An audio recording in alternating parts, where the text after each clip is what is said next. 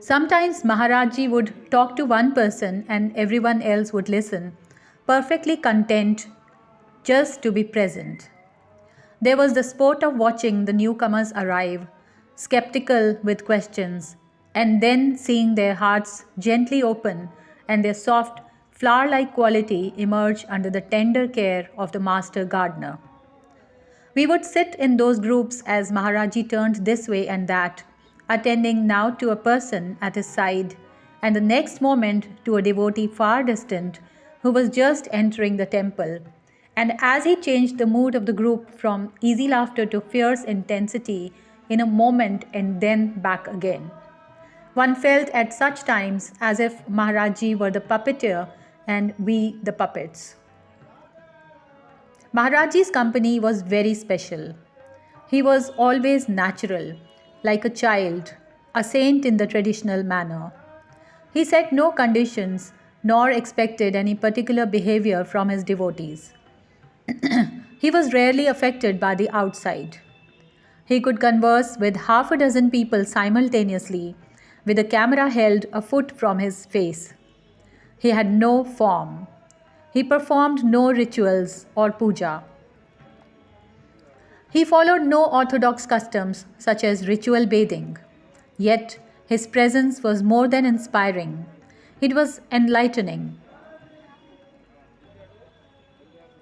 While meditating in or near his presence, even though he'd be talking and joking loudly, one quickly reached the place of clear light, a place difficult to achieve without his grace and power.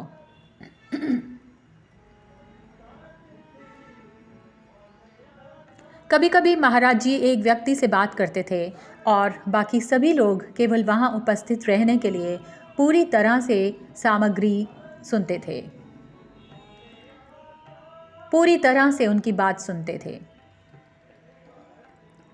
नए आने वालों को सवालों के साथ संशयपूर्ण आते देखने का भी एक अपना मज़ा था, और फिर उनके दिलों को धीरे से खुलता हुआ देखने का और माली की कोमल देखभाल के तहत उनकी कोमल फूलों जैसी गुणवत्ता को देखने का भी एक निराला ही मज़ा था। हम समूहों में बैठते थे। महाराज जी कभी इस तरफ मुड़े, कभी उस तरफ, और वो कभी अपने पास वाले किसी व्यक्ति की ओर सारा ध्यान देते तो अगले क्षण एक भक्त के पास जो मंदिर में प्रवेश कर रहा था, और वो समूह के मूड को आसान हंसी से एक पल में बदल देते, तो वापस भयंकर तीव्रता में बदल देते और दोबारा फिर वैसे हो जाता। एक समय ऐसा लगा कि महाराज जी कठपुतली चलाने वाले हैं और हम सब कठपुतलियाँ। महाराज जी की कंपनी बहुत ख़ास थी। वो हमेशा स्वाभाविक रहते थे, एक बच्चे की तरह। पारंपरिक तरीके से वे एक संत थे।